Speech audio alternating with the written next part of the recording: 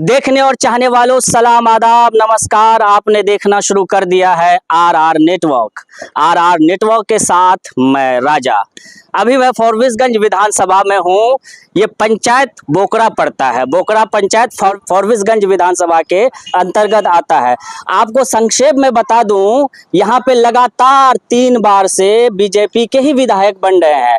2 बार मंचन केसरी बने यहाँ से, उससे पूर्व में वेणु जी बने।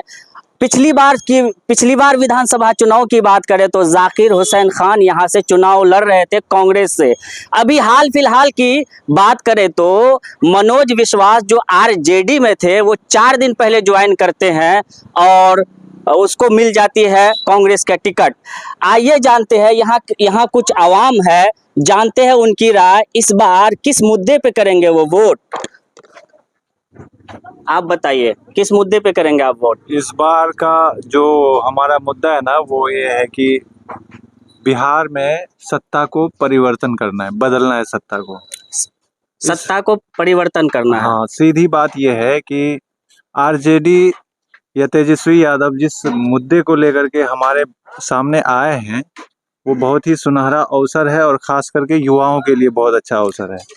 और तेजस्वी यादव जो बोल रहे हैं कि हर घर में एक लोगों को, मतलब जो बेरोजगार है उनके घर में एक लोगों को नौकरी देंगे, तो क्या ये हो पाएगा? मुमकिन है ये? सबसे बड़ी बात मैं बता दूं कि एक तो जो उन्होंने बोला है पहले, उसने कुछ करके दिखाया है, इसमें विश्वास भी है। और दूसरी बात, अभी जिस तरीके से उन्होंने कहा है तो हमें ये कैलकुलेशन भी करना पड़ेगा कि अब तक कितने घरों में सरकारी नौकरी है। जिन घरों में सरकारी नौकरी है उसके अलावा जिन घरों में नहीं है, आदमी को इस पॉइंट को पकड़ना चाहिए। जिन घरों में सरकारी नौकरी नहीं है। तेजस्वी यादव के बारे में विरोधी इल्जाम ये लगाते हैं वो खुद 9वीं फेल है, वो क्या नौकरी दे पाएगा? नहीं, ये तो संविधान उनको अधिकार दिया है। उससे ज्यादा जाहिल लोग हमारे यहाँ प्रधानमंत्री बने बैठे हैं, तो अब इसका मतलब नरेंद्र मोदी जाहिल है? मैं कैसे बता सकता हूँ? ये पूरे हिंदुस्तान के आवाम के सामने है, सारी चीजें हैं। आज तक एक प्रेस कॉन्फ्रेंस नहीं कर पाए वो, इससे ज्यादा और क्या कह सकते हैं आप एक प्रधानमंत्री के लिए? बात है हमारे बिहार की। और अभी फॉरबिसगंज जो उन्होंने कहा कि हर घर में नौकरी देना है, एकदम यकीनी इस बात को रखिए कि वो आएंगे तो जितना हो सके उस अपने 100% नहीं तो कम से कम 50 ही सही, अगर इतना भी कर दिया तो बिहार के लिए कितना बहुत बड़ा अवसर होगा और बिहार के युवाओं को एक अच्छा सुनहरा जीवन मिल जाएगा। अच्छा, क्या लगता है महागठबंधन की सरकार बनेगी? अभी तक मैं जो देख पा रहा हूँ, मैं डेली देखते रहता हूँ, हर न्यूज़ को देखता हूँ, छोटे बड़े सभी न्यूज़ों को देखता हूँ, तो मैं देख पा रहा हूँ कि अभी बिहार में जो है ना बिल्कुल परिवर्तन का माहौल है। और ख़ास करके पटना में जो युवाओं का जो एक संग्रहालय है, वहाँ युवाओं से जो पूछा जा रहा है तो वो सीधी बात, नो बकवास, वो तेजस्वी सरकार पर विश्वास जता रहे हैं। अब परिवर्तन की बात की है तो क्या लगता है कि फॉरबिसगंज में परिवर्तन होगा कि फिर वही रहेंगे? ऑफ कोर्स ये परिवर्तन पिछले साल भी पिछले टर्म में भी हो सकता था। थोड़ा सा चूक हो गया, जो कांग्रेस के प्रत्याशी थे जाकिर हुसैन, उनसे थोड़ा बहुत, मैं पिछली मर्तबा की बात कर रहा हूँ मैं, तो उसमें से थोड़ा सा चूक हुआ था, इस वजह से वो फिर हार गए थे बेचारे। लेकिन इस बार जिस तरीके का जो कैंडिडेट उतारा है वो एकदम जमीनी कैंडिडेट है। लोगों के बीच उठना बैठना है उनका, और जन संग्रह भी उनके साथ हमेशा जो है चलते रहता है।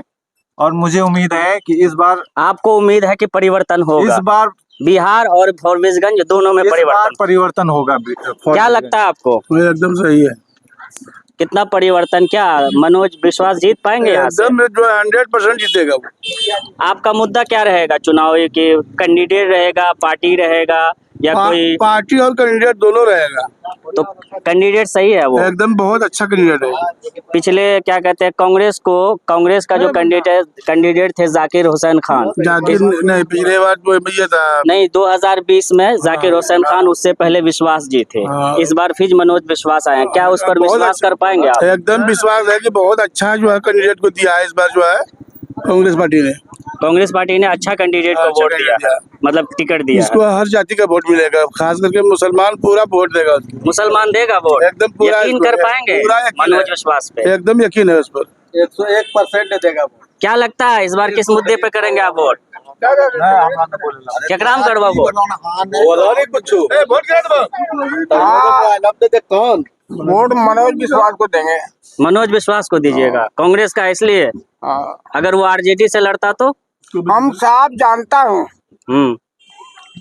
ये कोई कानून का अवधि में नहीं चल पाया। कौन? ये बीजेपी सरकार जब से यहाँ पर आया है कितने करोड़ों अरबों खरबों की जाने चले गए हैं, कितना भूखे मर गए हैं, अरे कितने के घर तबाह हो गए हैं, कितने मस्जिदें मदरसे टूट गए हैं। अच्छा, ये सब क्या ये है? मस्जिद मदरसा टूट गया है, इसलिए आप बीजेपी को वोट नहीं करेंगे? आप किस पे? हमारा न बोला किस पे आप करेंगे वोट? हम लोग किस पे करेंगे? आरजेडी में मुद्दा करेंगे। क्या रहेगा आपका? मुद्दा क्या रहेगा? मुद्दा ये है कि बिहार के अंदर जो है कि शिक्षा परिवर्तन नहीं हो रहा है। 20 साल से जो है कि सरकार चल रहा है नीतीश कुमार का, कोई शिक्षा परिवर्तन नहीं हो रहा है। और आन दिन आगे चलते चलते जो है कि हर चीज का महंगाई जो है कि जो दाल 30 रुपए किलो मिल रहा था अभी 100 रुपए खाना पड़ता है। अच्छा, जो महंगाई बढ़ गई। बेरोजगारी बढ़ गई। जो तेल 100 मोदी जी रुपए, कह रहे हैं कि महंगाई बढ़ी ही नहीं है। मोदी जी तो ऐसे बात करते हैं कि वो पता नहीं खाब में बोलते हैं, क्या बोलते हैं पता नहीं, बोलते अभी हैं कुछ कुछ दिन करते हैं कुछ। अभी कुछ दिन पहले समस्तीपुर आए थे मोदी जी, वो कह रहे थे कि मैं ओबीसी का बेटा हूँ। नीतीश कुमार को ईबीसी का बेटा बता रहे थे, और क्या कहते हैं पासवान को पासवान का बेटा बता रहे अपने थे। को बता रहा है कि मैं खान का बेटा हूँ। हाँ, खान का बेटा नहीं, बता रहा है ना अभी। हाँ। पठान का बेटा हूँ मैं। पठान का बेटा। सबके बारे में नाम आता है, ये फला है, ये फला है, वो बता हम पठान का बेटा हूँ। अपना तो खुद गारंटी नहीं, देश का क्या गारंटी रखेगा? अच्छा, अभी जो और लोगों का क्या गारंटी रखेगा वो? अच्छा, ये क्या कहते हैं आप परिवर्तन चाह रहे हैं, हम लेकिन लोग नीतीश कुमार कह रहे हैं अपने आप को कि मैं विकास पुरुष हूँ। तो वो तो सारा अवाम बिहार पूरा देख रहा है कि कितना विकास पूर्व है या क्या है।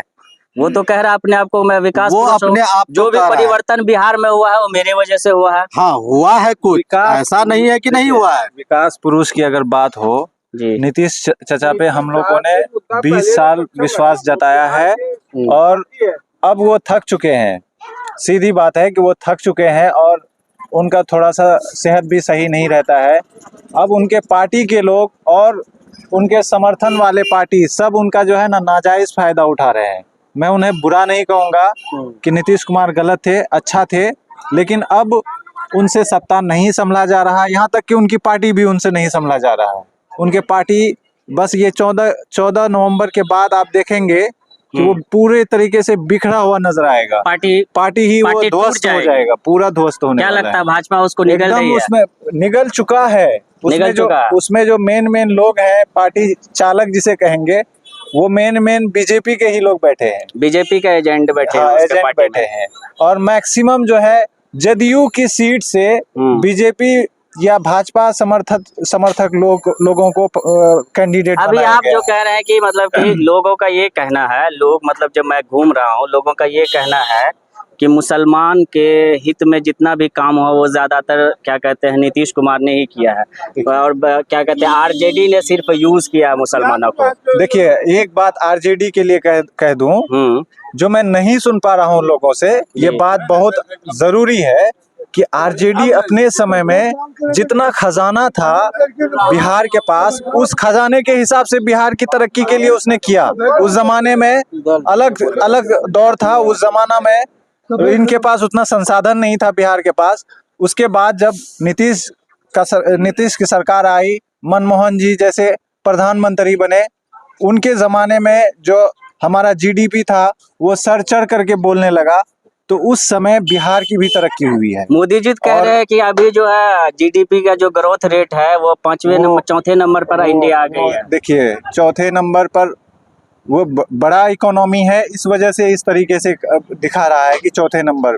भारत एक बहुत बड़ा इकोनॉमी है, ये किसी से छुपा हुआ नहीं है, इसलिए चौथा नंबर आपको दिख रहा है। लेकिन यहाँ का जो जमीनी मुद्दा आप देखेंगे, भुखमरी जो है ना, वो अभी तक खत्म नहीं हुआ है। और जिस देश का भुखमरी खत्म नहीं हुआ है, उस देश को आप जीडीपी के ये क्या कहते हैं इकोनॉमी रेट में जो है किसी नंबर में आप कतार में खड़ा कर रहे हैं, तो ये गलत बात है, एकदम गलत बात है। सही बात है। आप किस मुद्दे पे करेंगे नौजवान वोट? हम तो बेरोजगारी के मुद्दे पे ही वोट करेंगे सबसे पहले। बेरोजगारी बहुत है क्या? बहुत ज्यादा। कितना है मतलब आप हम लोग मैं अपना खुद इतना बता सकता हूँ, 2017 में मैं ग्रेजुएशन करके बैठा हुआ हूँ, आज तक हमको एक चपरासी तक का नौकरी नहीं मिला है। वो तो वैकेंसी आउट कर और रहे क्या थे, कर सकते हैं? सीटेट वगैरह का तो काफी भाई भर्ती आपका सबसे पहले तो आप ये कीजिए कि अब बच्चा अगर कोई ग्रेजुएशन कर रहा है उसको ट्रेंड करने का एक स्कूल दीजिए, कॉलेज दीजिए, यहाँ पे यूनिवर्सिटी दीजिए, जो हम लोग नजदीकी में कर सकते हैं। जिसको पैसा नहीं है वो तो कर ही नहीं पा रहा है। नीतीश कुमार तो बोल रहा है कि परिवर्तन जितना भी हुआ है बिहार में, आज जो भी तरक्की हुई है वो मेरे वजह से हुई है। वो कहने के लिए तो बहुत सारी बातें हैं।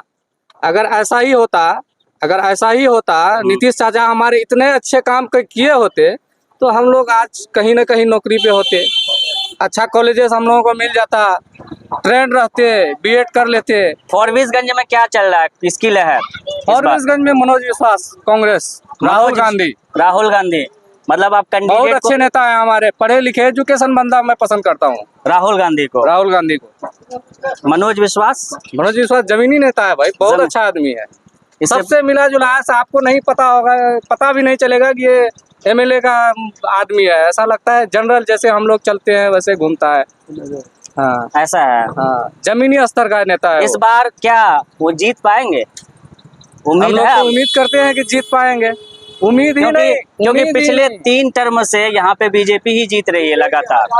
ठीक है, थोड़ा सा मार्जिन के कारण बीजेपी वाले जीत जाते हैं। यहाँ 20,000 वोट से हारे थे जाकिर हुसैन, थोड़ा सा मार्जिन के कारण जीत जाते हैं, लेकिन इस बार उम्मीद है, 100% उम्मीद है कि मनोज जी इस बार निकाल लेंगे सीट को, यहाँ से निकाल लेंगे हाँ। सीट। फॉरबिसगंज में कांग्रेस की लहर आएगी, विधानसभा से इस बार विजय रहेंगे, विजय भाव होगा।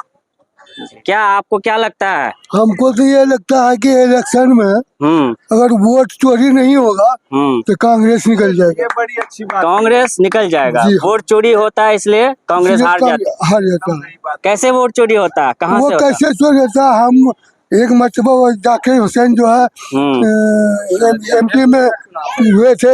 हाँ, 24,000 वोट से उनके हारा हुए। मान लीजिए 5 लाख वोट गिरा, जी 5 लाख वोट गिरा, 2,86,000 गिनती करके लॉक कर दिया। हाँ। उसके बाद जाकिर को कहा कि जाइए आप लड्डू खाइए, आप जीत गए। हाँ। उसके बाद एक कार अंदर घुसा, जैसे अंदर घुसा कहता कि जाकिर हार गया। इसलिए वोट चोरी हुआ, इसलिए वो हार गया। इसलिए फॉरबिसगंज में अगर वोट चोरी नहीं होगा तो कांग्रेस को निकलना है। कांग्रेस निकल जाएगा अगर वोट चोरी नहीं होगा तो। निकल जाएगा। आपको क्या लगता है? आपको क्या लगता है इस बार किस मुद्दे पे वोट होगा? हम लोग तो मतलब कांग्रेस को देंगे। कांग्रेस को दीजिए? कांग्रेस को देंगे। कैंडिडेट आपका अच्छा है? हाँ, कैंडिडेट हमारा मनोज विश्वास जी। हाँ। इससे पहले आरजेडी में थे। हाँ, इस बार कांग्रेस का उम्मीदवार बने हैं। हाँ, उसको वही निकलेगा फॉरबिसगंज से।